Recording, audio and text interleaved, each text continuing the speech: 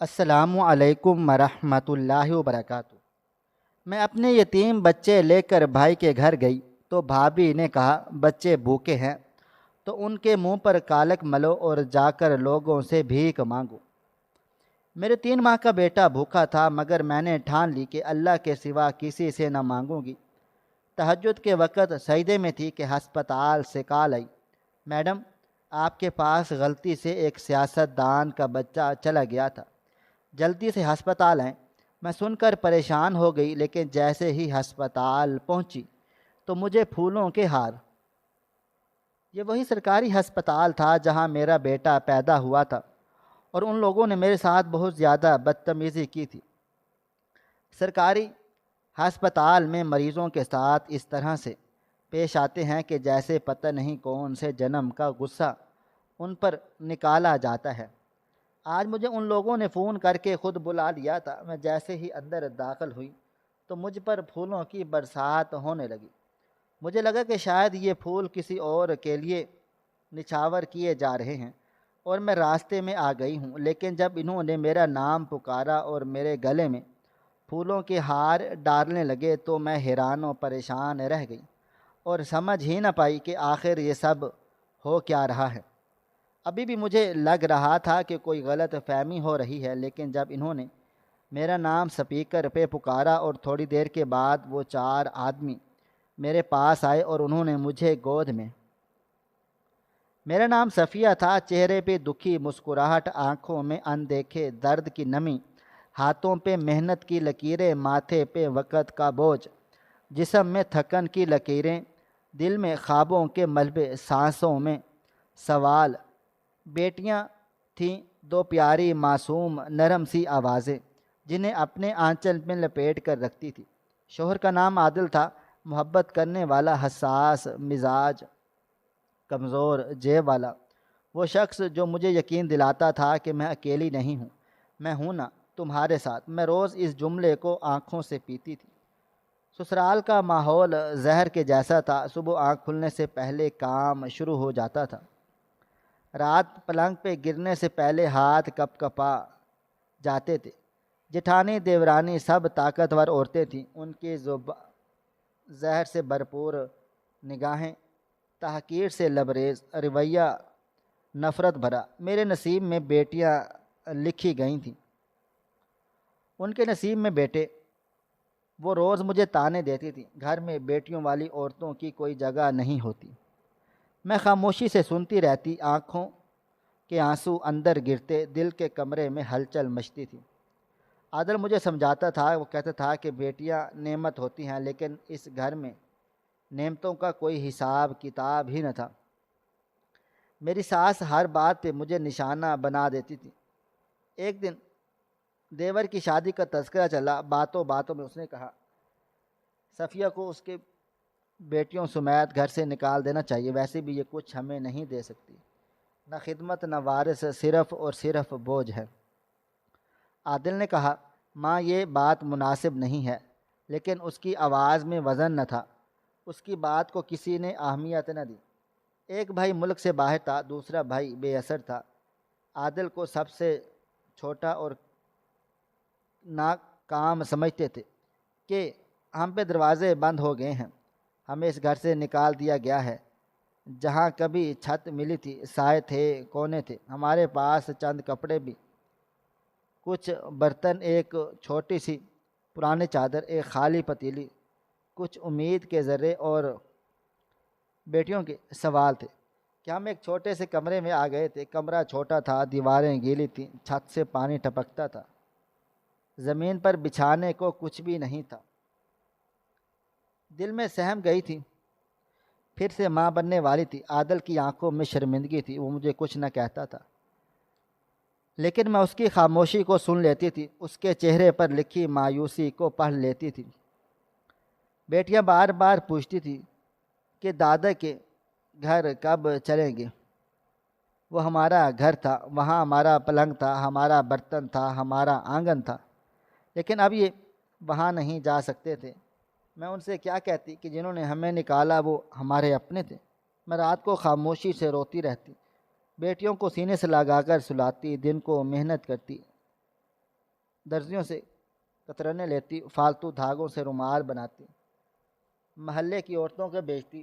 عادل کوشش کرتا تھا کہ مزدوری کی چھوٹا موٹا کام کاج کرتا، لیکن اس کا جسم جواب دے چکا تھا اور وہ دماغی طور پر بوجھل ہو چکا تھا، جسمانی طور پر کمزور تھا۔ میں کبھی کبھی چکر آتے تھے کہ جب نیند نہیں آتی، کبھی بھول جاتا کہ وہ کیا کرنے جا رہا ہے۔ میں اس کی حالت دیکھتی تھی تو دل اندر سے دہل جاتا تھا۔ ایک مرد جو کبھی میری ڈھال تھا اب خود سائے کی تلاش میں تھا، اور میں اس کے ہاتھ تھام لیتی، اسے تسلی دیتی کہ سب ٹھیک ٹھاک ہو جائے گا۔ لیکن میرا دل اندر سے کانپتا تھا۔ ہمیں کوئی سہارا نہ ملا تھا، کوئی رشتہ دار دروازہ کھولنے کو تیار ہی نہیں تھا۔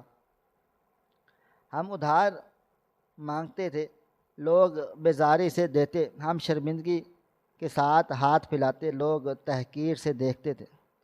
میں کبھی اپنے نصیب کو کوستی تھی، کبھی اپنے فیصلوں کو۔ اب مجھے روکنا ہوتا تھا۔ وہ کہتا تھا صفیہ حوصلہ رکھو، لیکن میرے حوصلے ٹوٹنے لگ گئے تھے۔ بیٹیوں کو ایک وقت کا کھانا دینا ایک کارنامہ بن چکا تھا۔ میں خود فاقے کرتی تھی، پر ان کے چہروں پر مایوسی نہ آنے دیتی۔ عادل بیمار پڑ گیا۔ ایک دن وہ ہسپتال جا پہنچا۔ ڈاکٹر نے کہا کہ جسم میں طاقت نہیں، دماغی دباؤ بہت زیادہ ہے، علاج چاہیے۔ پر پیسے کہاں تھے؟ علاج کے بغیر ہم اسے گھر لے کر بھی نہیں آئے۔ وہ بستر پر لیٹ گیا تھا، آنکھیں بند ہو رہی تھیں۔ میری آواز سنتا رہا تھا اور میں نے اس کے لیے کھانا بناتی تھی۔ بیٹیاں اس کا ہاتھ تھام کر بیٹھی رہتی، میں ان کے چہرے پہ عجیب سی معصومیت دیکھتی تھی جو وقت سے پہلے بڑی ہو رہی تھی۔ میرے اندر ایک بچہ پل رہا تھا، باہر دنیا جل رہی تھی، اندر زندگی بڑھ رہی تھی۔ میں الجھ گئی تھی کہ دو بیٹیوں کے درمیان، ایک شوہر کی بیماری کے درمیان اور ایک آنے والے بچے کے خوف سے۔ وہ وقت تھا جب میں ٹوٹنا نہیں چاہتی تھی۔ ہر وقت پر مجھے توڑا جا رہا تھا، ہر دن ایک نئی آزمائش تھی اور ہر رات ایک نیا اندھیرا۔ ہم لوگوں سے بچ کھچا کر کھانا لیتے تھے، دوپہر کو پانی پی کے گزارا کرتے۔ بیٹیاں کبھی بھوک کا نہ کہتی تھیں، اظہار نہ کرتی۔ وہ جان گئی تھی کہ ماں کے چہرے پہ درد کے سوال نہیں کرتے، اور میں انہیں سلانے کے بعد روتی تھی۔ میں اللہ تعالیٰ سے دعا کرتی تھی کہ میرے بچوں کا کیا قصور ہے، وہ کیوں اس دکھ کے وارث بنے ہیں۔ ہم نے کچھ چادریں بیچ کر راشن لیا، کچھ کپڑے بیچ کر دوائیاں لیں۔ وقت بدتر سے بدتر ہوتا چلا گیا۔ میں سوچتی تھی اگر کچھ ہو گیا تو میرے بچوں کا کیا بنے گا۔ میری کوکھ میں پلتا بچہ شاید یہ محسوس کر رہا تھا کہ میری سانسیں بوجھ بننے والی ہیں۔ میری دعائیں طویل ہو گئی تھی، میرا دل کمزور ہو گیا تھا، لیکن میں نے ہار نہ مانی۔ میں نے بیٹیوں کو چوم کر سلا دیا، میں نے عادل کے ماتھے پہ ہاتھ رکھا، میں نے خود کو حوصلہ دیا کہ صبح ضرور نکلوں گی۔ میں نے ٹوٹے برتن میں پانی رکھا، شاید تقدیر کا کوئی دروازہ کھلے گا۔ میں نے اندھیروں میں روشنی کی دعائیں مانگی تھی اور دل ہی دل میں اس سے خود بھی وعدہ کر لیا تھا کہ جب تک سانس ہے تب تک ہمت نہیں چھوڑوں گی۔ میرے ہاں ولادت ہونے والی تھی، وقت آ گیا تھا۔ سب اچانک سے مجھے تکلیف شروع ہو گئی۔ میری بڑی بیٹی کے دفعہ حالات اچھے تھے، بہت اچھے ہسپتال میری ڈلیوری ہوئی، اور دوسری دفعہ کی جس ہسپتال میں ڈلیوری ہوئی وہ برا نہیں تھا، لیکن اب ہمارے پاس ہسپتال جانے کے پیسے نہ تھے۔ ہم لوگ سرکاری ہسپتال چلے گئے۔ میرے پیروں میں جیسے زنجیریں پڑ گئیں۔ میں جلدی سے ہسپتال کے بستر پر لیٹے لیٹے خود کو آسمان سے گرا ہوا محسوس کر لیا تھا۔ درد نے میرے جسم کو توڑا تھا، تکلیف نے میرے ذہن کو نوچا تھا۔ نرسیں جھڑکیاں دے رہی تھیں، عملہ مجھے دھتکار رہا تھا، عادل ان سے الجھ رہا تھا، میں چلا رہی تھی، درد سے کرا رہی تھی۔ وہ کہہ رہے تھے کہ پیسے دو ورنہ انتظار کرو، یہاں کوئی بھی رحم نہیں بکتا ہے، یہاں انسان نہیں، غریب کا کوئی حق نہیں ہوتا۔ میرے شوہر بار بار منتیں کر رہا تھا، چیخو پکار کر رہا تھا کہ وہ تکلیف میں ہے، اس کی بیوی مر جائے گی، تم لوگ کیوں نہیں سمجھتے؟ مگر کسی نے نہ سنا، کسی نے نہیں دیکھا۔ نرسیں آپس میں ہنس رہی تھی۔ ایک نے کہا بچہ ہوگا تو کون سا راجہ پیدا ہو جائے گا، یہ تو وہی عورت ہے جو روز جھگڑا ڈالتی ہے۔ یہاں آ کر ایک نرس کا چہرہ مجھے آج بھی یاد ہے، جیسے میرے دل پر کندہ ہو گیا، اور وہ بار بار آتی اور تضحیک آمیز نظروں سے مجھے دیکھتی اور کہتی یہ بھی لوگ ہیں جو بچے پیدا کرتے ہیں، پیسہ ہے نہیں، عزت ہے نہیں، پر شوق بہت ہے۔ میرے شوہر کی آنکھوں میں آنسو تھے، وہ کبھی میرے ماتھے پر ہاتھ رکھتا، کبھی نرس سے بحث کرتا، اور میں صرف اللہ تعالیٰ کو یاد کر رہی تھی۔ میرے درد تیز ہوتے جا رہے تھے، اور پھر اللہ تعالیٰ نے مجھے ایک خوبصورت سا بیٹا دیا۔ سفید رنگ، چمکتی آنکھیں، نرم جلد، جیسے کوئی چاند میری گود میں اتر آیا ہو۔ میرے آنسو بہنے لگے۔ مجھے یاد ہی نہ رہا کہ بیٹا ہوگا یا بیٹی، کپڑے کہاں سے آئیں گے، نام کیا رکھیں گے۔ ہم تو ان لمحوں میں صرف سانس لینے کی کوشش کر رہے تھے۔ لیکن جب اللہ تعالیٰ نے بیٹا دیا تو میں نے کہا عادل اپنی ماں کو فون کریں، بتائیں کہ ان کا وارث پیدا ہوا ہے۔ انہوں نے کہا کوئی ضرورت نہیں، جنہوں نے ہمیں ٹھکرا دیا وہ اب ہماری خوشی کے حقدار بھی نہیں ہیں۔ میں خاموش ہو گئی۔ گھر واپس آئے تو وہی ٹوٹا پھوٹا گھر، وہی کمیوں بھری زندگی۔ بیٹا صرف 2-3 مہینے کا تھا کہ قیامت ٹوٹ پڑی۔ ایک دن عادل مزدوری پر چلا گیا تو واپسی نہ ہوئی۔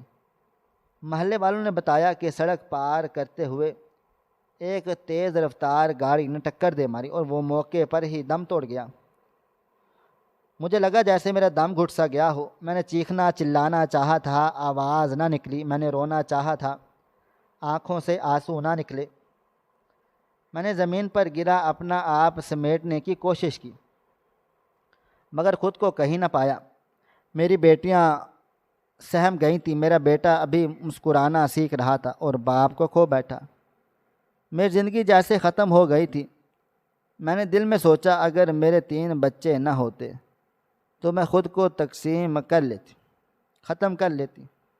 میرے سسرال والوں کو خبر ملی، انہوں نے مجھے ہی الزام دینا شروع کر دیا کہ میری نحوست کی وجہ سے ان کا بیٹا دنیا سے چلا گیا۔ انہوں نے سب رشتہ داروں میں یہ جھوٹ پھیلا دیا کہ میں عادل کو لے کر الگ ہو گئی تھی۔ میں نے ان کی کوئی بات کا جواب نہ دیا، کیونکہ میرے پاس اب بچہ ہی کیا تھا۔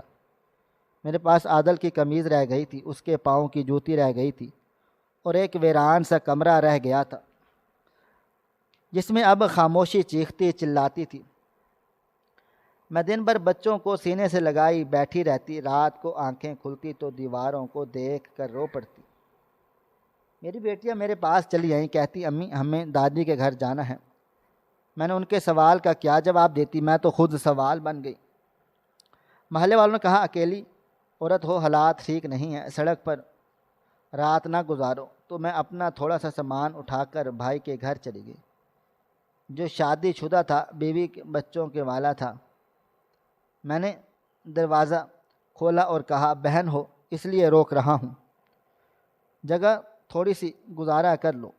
تو کمرہ دیا ہے وہ چھوٹا سا تھا، میں ٹھیک سے بھی نہ آتی، روشنی بھی کم تھی، مگر میں نے شکایت نہ کی کیونکہ اب میرے پاس کچھ مانگنے کی ہمت نہ بچ دی۔ بھائی کی بیوی نے کچھ بھی نہ کہا، لیکن اس کی آنکھوں میں کچھ تھا جسے مجھ سے بچ کر رہنا چاہتی ہو۔ میرے لیے ایک چھوٹا سا کمرہ اپنا مقدر مان لیا۔ 3 بچوں کے ساتھ میں اس میں زندگی گزارنے لگی۔ بیٹے کو گود میں لیے رات کو دیر تک جاگتی رہتی، اور پھر یہ بچہ بڑا ہو کر مجھ سے کیا کہے گا، میں اسے کیا دے سکوں گی۔ بیٹیوں کے بال بناتی، ان کو سکول کی باتیں سناتی، پر میرے دل میں ہر لمحہ خالی پن سا رہتا۔ میرا شوہر اب خوابوں میں آتا، مجھے دیکھتا، کہتا کچھ بھی نہ، بس دیکھتا ہی رہتا، جیسے اس کی آنکھوں میں بھی افسوس ہو، جیسے وہ کچھ کہنا چاہتا ہو کہ معاف کر دو، میں تمہیں اکیلا چھوڑ گیا۔ پھر ایک دن بھائی کی بیوی نے کہا بچے شور کرتے ہیں، میرے بچے پڑھ نہیں پاتے۔ میں نے دل پر پتھر رکھا اور بچوں کو چپ کرانے لگی۔ رات کو ان سے کہتی کہ چپ رہو، ہم مہمان ہیں اور ہم شور نہیں کرتے۔ میری چھوٹی بیٹی نے کہا امی ہم کب تک اپنے گھر جائیں گے؟ میں نے اسے سینے سے لگا کر چپ کرا دیا، کیونکہ میرے پاس جواب نہ تھا۔ میرا دل جل رہا تھا، میری روح تھک ہار گئی تھی۔ میں نے خود کو توڑنے نہیں دیا، کیونکہ میں جانتی تھی اگر میں بکھر گئی تو میرے بچے بھی بکھر جائیں گے۔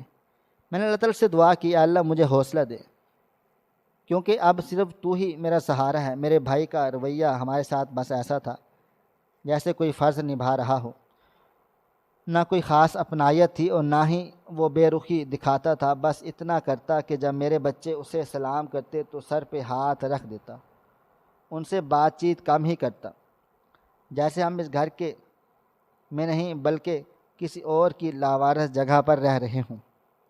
لیکن اس کی بیوی لبنہ، جیسے میں اپنی شادی کے وقت سے جانتی تھی، وہ جب سے ہم لوگ آئے تھے کھلے الفاظ میں نفرت کا اظہار کرنے لگ گئی تھی۔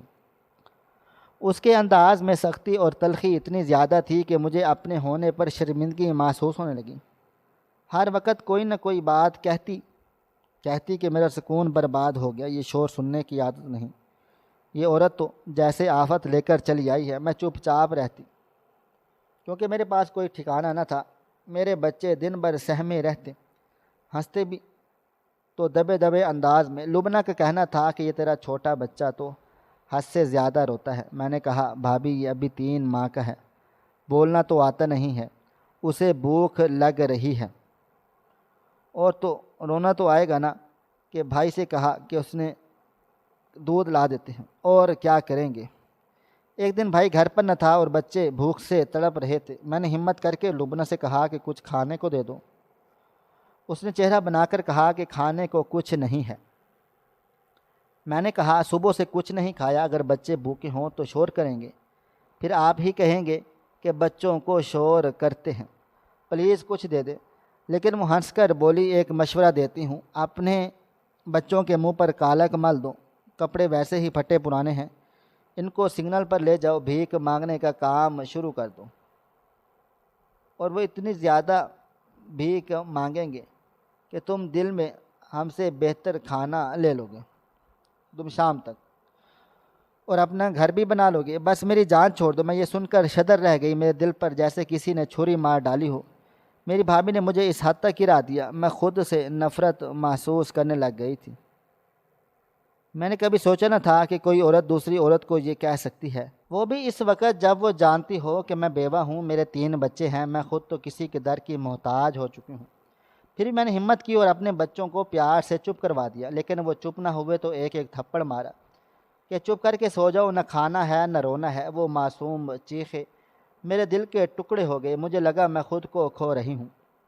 پھر رات ہوئی، میں تہجد میں بیٹھ گئی، سر سجدے میں رکھ کر روتی رہ گئی، یا اللہ میرا شوہر لے گیا میرا سکھ چین، میرے بچوں کو بھوکا رکھا، میں نے کبھی کسی سے برا نہ چاہا، بس یہی دعا مانگتی ہوں کہ اللہ تعالیٰ میری مدد کر، مجھے کوئی راستہ دکھا، میرے بچے کب تک یوں ہی بلکتے رہیں۔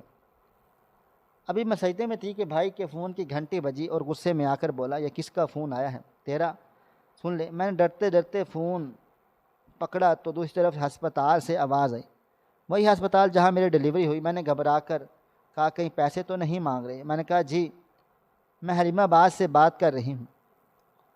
وہ کہنے لگے آپ صبح فوراً سے ہسپتال ہیں، صبح کی روشنی نکلتے ہی پہنچے، بہت ضروری بات ہے۔ میں نے کہا کیا بات ہے، مجھے بتائیں تو صحیح۔ تو کہنے لگی جس بچے کو آپ لے کر گئی تھی وہ آپ کا بچہ نہیں ہے، کسی اور کا بچہ ہے، آپ کے ساتھ بدل گیا ہے۔ یہ سن کر میرے ہوش اڑ گئے، میرے ہاتھ سے موبائل فون گر گیا، میرے قدموں تلے سے زمین نکل گئی۔ میں نے تیزی سے نعمان کی طرف دیکھا، جسے میں اپنی جان سے زیادہ چاہا، جس کے لیے میں بھوک سہتی، جس کے رونے پر میری راتوں کی نیند حرام ہو گئی۔ وہ بچہ جو میری گود میں رونق زدہ تھا، اب پتہ چلا وہ بچہ ہی میرا ہی نہیں، میری گود میں کوئی اور بچہ ہے اور میرا بچہ کسی اور کے آنگن میں جا چکا ہے۔ میرے آنسو نکلنے لگے۔ اس وقت میرے پاس وقت نہ تھا، صبح ہونے میں 3 گھنٹے باقی تھے۔ میں نے ساری رات نعمان کو سینے سے لگائے گزار ڈالی، بار بار اس کے چہرے کو دیکھتی، اس کی سانسوں کو محسوس کرتی، اس کی ہنسی پورے دن دل میں چبھتی رہتی کہ یہ میرا بچہ نہیں ہے۔ پھر جیسے ہی آسمان پر روشنی پھوٹی، میں بچے کو سنبھالا، بیٹیوں کو جگایا، بھائی کی منت سماجت کر کے ایک بار رکشہ دلوا دے۔ میں نے کہا ہسپتال والے بلاتے ہیں، کوئی مسئلہ ہے؟ اس نے مجھے گھور کر دیکھا، کہا پھر خود ہی جاؤ، میرے پاس وقت نہیں ہے۔ میں نے بچوں کو ساتھ لیا اور باہر نکلی، سڑک پر رکشہ روکا، منت کی کہ ہسپتال چھوڑ دو، کرایہ بعد میں دوں گی۔ اس نے کہا پیسے دو ورنہ نہیں لے کر جاؤں گا۔ میں نے کہا کسی سے لے کر دے دوں گی، ابھی ہسپتال جانا ضروری ہے۔ وہ راضی ہوا، ہم ہسپتال جا پہنچے۔ میں ہسپتال میں داخل ہوئی تو میرے وہم و گمان بھی نہ تھا کہ آج بھی زندگی اتنی بڑی کروٹ لینے جا رہی ہے۔ دروازے سے اندر قدم رکھا ہی تاکہ اچانک میرے گرد جیسے ہلچل سی مچ گئی۔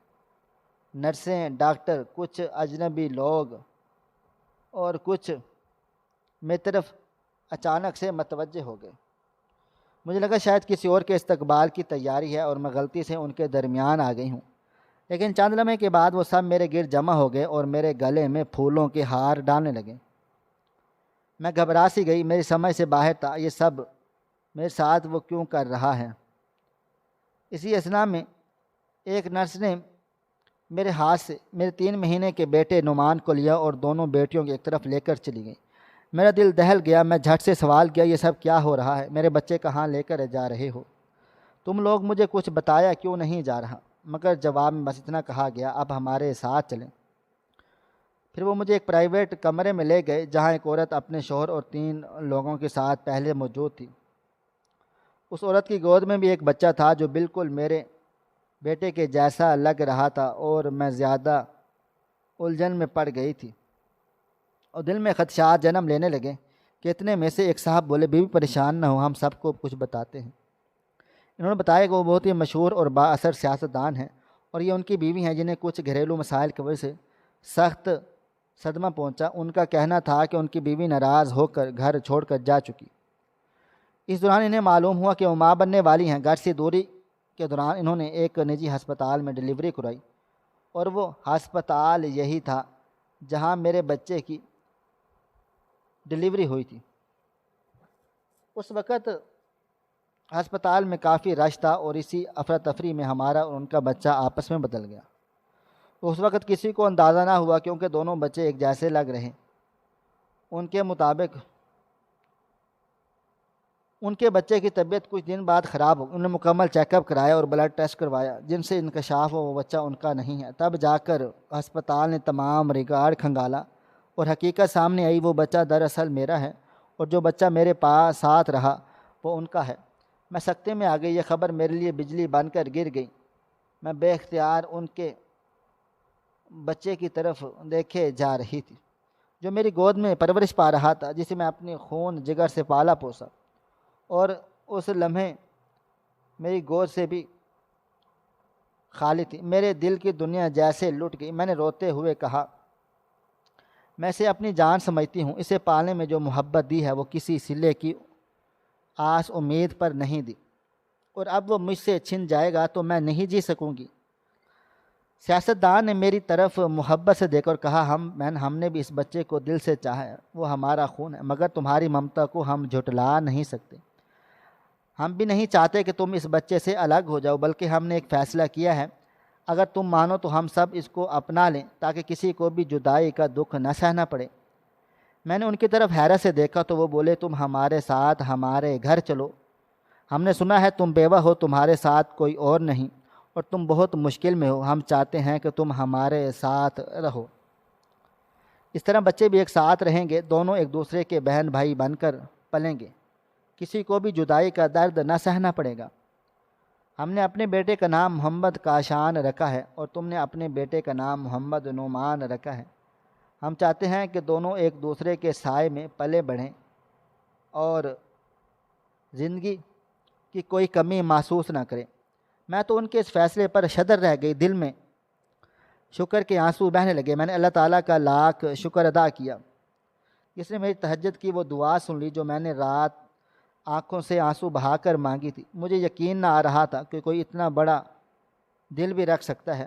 میری بیٹیوں کو انہوں نے بہت سے محبت سے سینے سے لگا لیا اور مجھے کہا اب سے تم ہمارے لیے بہن کے جیسی ہو، تمہارے بچوں کی دیکھ بھال تم کرو گی، کھانے پینے، تعلیم، صحت سب کی ذمہ داری ہماری ہوگی۔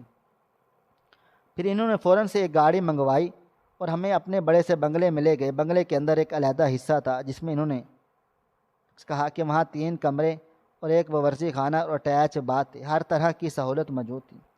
مجھے اور میرے بچے کو وہیں ٹھہرایا گیا۔ اگلے دن صبح ان کی بیوی نے مجھے اور میری بیٹیوں کو ساتھ لیا اور شاپنگ مال لے گئی۔ ہمارے لیے نئے کپڑے، جوتے اور پھل فروٹ کی ہر چیز خریدی۔ ہمیں ایسا لگ رہا تھا جیسے کوئی خواب دیکھ رہے ہوں۔ ہم جن کے پاس 2 وقت کی روٹی کے بھی لالے پڑے تھے، آج اتنی عزت اور سہولتوں میں جی رہے تھے۔ میرے بچے خوش تھے، میری بیٹیاں خوش تھیں، اور سب سے بڑھ کر میری ممتا سکون میں تھی۔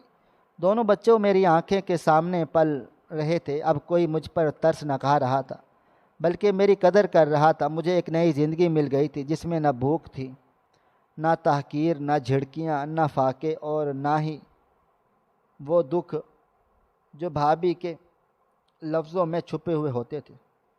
مجھے ایسا لگ رہا تھا جیسے اللہ تعالیٰ نے میرے صبر کا بدلہ دے دیا ہے،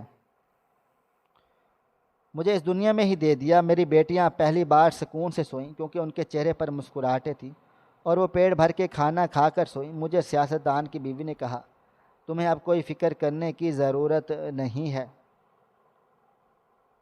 ہم نے وکیل کے ذریعے ایک قانونی معاہدہ تیار کروا لیا ہے جس میں درج ہے تم یہاں تک جب چاہو یہاں رہ سکتے ہو، تمہیں کبھی اس گھر سے جانے کو نہ دیا جائے گا، اور اگر کسی کی وجہ سے ہم دور ہو گئے تب بھی ہمارے اور تمہارے بچوں کے لیے ماہانہ اخراجات مقرر کر دیے گئے ہیں۔ اس سے تمہیں کبھی کسی کے آگے ہاتھ پھیلانے کی ضرورت نہ پڑے گی۔ میری آنکھیں اشک بار ہو گئیں، یہ لوگ کتنے رحم دل تھے۔ میں نے سوچا وہ بھابھی جو مجھے اپنے بچوں سمیت سگنل پر کھڑا کرنے کا مشورہ دے رہی تھی، اس سے بہتر تو وہ لوگ نکلے تھے جو میرے بچے کو اپنا بچہ کہہ کر میرے ساتھ بانٹنے کو تیار تھے۔ اب میری زندگی میں سکون آ چکا تھا، لیکن میں نے اللہ تعالیٰ سے عہد کر لیا کہ میں اس احسان کو کبھی نہ بھولوں گی۔ میں اس گھر میں رہوں گی اور ان کے بچے کو اپنے بچے کی طرح پالوں گی، ان کے ساتھ وفاداری کروں گی، ان کی عزت کروں گی، کیونکہ اللہ تعالیٰ نے مجھے ان کے وسیلے سے نئی زندگی عطا کی تھی۔ یہ سب کچھ میں اس وقت سوچ رہی تھی جب میرے دونوں بیٹے کاشان اور نعمان ایک ہی جھولے میں ہنس رہے تھے، اور میری دونوں بیٹیاں ان کو پیار کر رہی تھی۔ وہ منظر جیسے جنت کی تصویر ہو۔ صبح سے شام آ گئی اور میں بھائی کے گھر واپس نہیں گئی، تو شام ڈھلے اس کا فون آ گیا۔ میری انگلیاں لرز گئیں، دل تیزی سے دھڑکنے لگا، مگر میں نے خود کو مضبوط کر لیا۔ فون اٹھایا تو دوسری طرف سے اس کا روایتی خشک لہجہ سنائی دیا۔ تو اس نے نہ سلام کیا نہ حال چال پوچھا، صرف اتنا کہا، کہاں ہو؟ تو میں نے چند لمحے خاموشی کے بعد دھیرے سے کہا، میں اب واپس نہیں آؤں گی۔ اس نے نہ حیرانگی شو کی تھی اور نہ ہی فکر کا سوال کیا، کہاں گئی تھی، کیوں چلی گئی تھی، کیوں واپس نہیں آؤ گی؟ بس بے پرواہ لہجے میں کہا، ٹھیک ہے، اور فون بند کر دیا۔ ایک پل کے لیے لگا جیسے زمین رک گئی ہو، جیسے میرا وجود بے معنی ہو، جیسے میری اور میرے بچوں کی حیثیت اس کے لیے کبھی بھی کچھ تھی ہی نہیں۔ اس کی وجہ یہ ہے کہ جب سے بے حسی سے میرے دل پر چوٹ لگ گئی، مجھے احساس ہوا کہ میں صرف ایک بوجھ تھی، ایک مجبوری تھی۔ میرے بچے صرف شور تھے جو ان کے سکون میں خلل ڈالتے۔ پھر میری جب زندگی نے نئی کروٹ بدلی، میں ایک ایسی جگہ پر آ گئی جہاں مجھے عزت ملی، سکون ملا، میرے بچوں کو پیار ملا، میرے اندر کا دکھ تھوڑا تھوڑا ڈھلنے لگا۔ میں نے خود کو بہتر کرنا شروع کر دیا، اپنے بچوں کی تربیت پر توجہ دی۔ سیاستدان کی بیوی میرے ساتھ ایک سگی بہن کے جیسا سلوک کرتی تھی، ان کا خلوص میرے لیے مرہم بن گیا۔ ان کے شوہر نے میرے بیٹے کو قانونی طور پر اپنا بیٹا تسلیم کر لیا، اور نعمان اور کاشان دونوں بھائیوں کی طرح پلنے لگے۔ وقت گزرتا چلا گیا، دن سکون سے بیتنے لگے، اور پھر ایک دن وہ واقعہ ہوا جس نے میری اندر کی عورت کو جیسے کوئی خاموش فتح دی۔ ایک دن سیاستدان کی بیوی کے ساتھ شاپنگ کے لیے بازار گئے تھے۔ بڑی مہنگی اور صاف ستھری مارکیٹ تھی، لیکن ساتھ والے بازار میں ایک سستی دکان کے سامنے میری بھائی اور بھابھی کسی چیز پر جھگڑ رہے تھے۔ آوازیں بلند تھی، دکاندار کہہ رہا تھا یہ چیز 800 کی ہے، اور وہ بضد تھے کہ 400 کے دے دو۔ میری نظریں بے اختیار ان پر پڑ گئیں، لیکن میرے ساتھ والا منظر بالکل الگ تھا۔ میں قیمتی کپڑوں میں ملبوس تھی، میرے ہاتھ میں نازک اور نفیس پرس تھا، میرے پاؤں میں نرم اور قیمتی جوتے تھے، میرے چہرے پر سکون اور اعتماد تھا۔ میرے بچے نوکروں کے ہاتھوں میں تھے جو ان کے سائے سے بھی حفاظت کر رہے تھے۔ ہم ایک بڑی اور شاندار پراڈو پر سوار تھے، اور میرے ساتھ وہ عورت تھی جو میرے لیے ایک سایہ رحمت بن چکی۔ میرے بھائی نے مجھے دیکھ لیا، میری بھابھی نے مجھے پہچان لیا۔ دونوں کی آنکھوں میں حیرانگی اور کچھ حسرت چھپی پڑی تھی۔ جیسے وقت نے انہیں آئینہ دکھا دیا، وہ ہماری طرف بڑھنے لگے، لیکن اچانک گارڈز نے انہیں روکا اور پوچھا آپ کون ہیں؟ وہ بوکھلا سے گئے، کچھ بول نہ سکے۔ گارڈز نے انہیں پیچھے ہٹا دیا اور ہم گاڑی میں بیٹھ کر روانہ ہو گئے۔ میں نے پیچھے مڑ کر نہیں دیکھا اور دل ہی دل میں سوچا، جن لوگوں نے میرے دکھوں کو سمجھنے کی بجائے میرا مذاق اڑایا، انہیں میرے حال پر چھوڑ دینا ہی بہتر ہے۔ وہ لوگ جو مجھے میرے بچوں سمیت بے یار و مددگار چھوڑ چکے، آج میرے قریب آنے کے قابل بھی نہ رہے۔ یہ خبر میرے سسرال تک پہنچی تو لوگوں نے بتایا کہ اب کسی بااثر خاتون کے ساتھ رہتی ہوں۔ میرے بچوں کو گاڑی میں گھمایا جاتا ہے، مجھے سونے جیسے کپڑے پہنائے جاتے ہیں۔ میرے بارے میں لوگ چپکے باتیں کرنے لگے، کسی سے میں نے رابطہ نہ کیا، کسی کو صفائی نہ دی، کسی کو کچھ ثابت نہ کیا، کیونکہ میرے لیے اب کسی کی وضاحت کی ضرورت نہیں رہی۔ البتہ میں ایک دن خاموشی سے اپنے شوہر کی قبر پر گئی، سر جھکایا اور بہت دیر تک خاموش بیٹھی رہی، پھر دل کی گہرائیوں سے کہا کاش تم ہوتے اور دیکھتے ہم کتنی تکلیفیں جھیل کر یہاں تک پہنچے ہیں۔ میں جانتی ہوں تم ہماری حفاظت کر رہے ہو جہاں کہیں بھی ہو۔ میں نے تمہارے بچوں کو کبھی یتیم نہیں ہونے دیا، ان کی ہر خوشی کا خیال رکھا، ہر خواب کو تعبیر دی۔ تمہاری نشانی ہے اور وہ میں ان کو تمہاری امانت سمجھ کر پال رہی ہوں۔ میں نے قبر پر ہاتھ پھیلایا، دعا کی اور واپس آ گئی۔ میری آنکھوں میں آنسو تھے لیکن دل میں سکون تھا۔ آج میں جانتی ہوں اللہ نے میری ہر راہ کو سنا، میری ہر رات کی دعا کو پورا کیا۔ جب دنیا والوں نے مجھے ٹھکرا دیا، تب اللہ تعالیٰ نے مجھے ایک ایسی جگہ پہنچایا جہاں مجھے عزت ملی، محبت ملی، میری بیٹیوں کو پیار ملا، میرے بیٹے تو گھروں کا مان بن گئے۔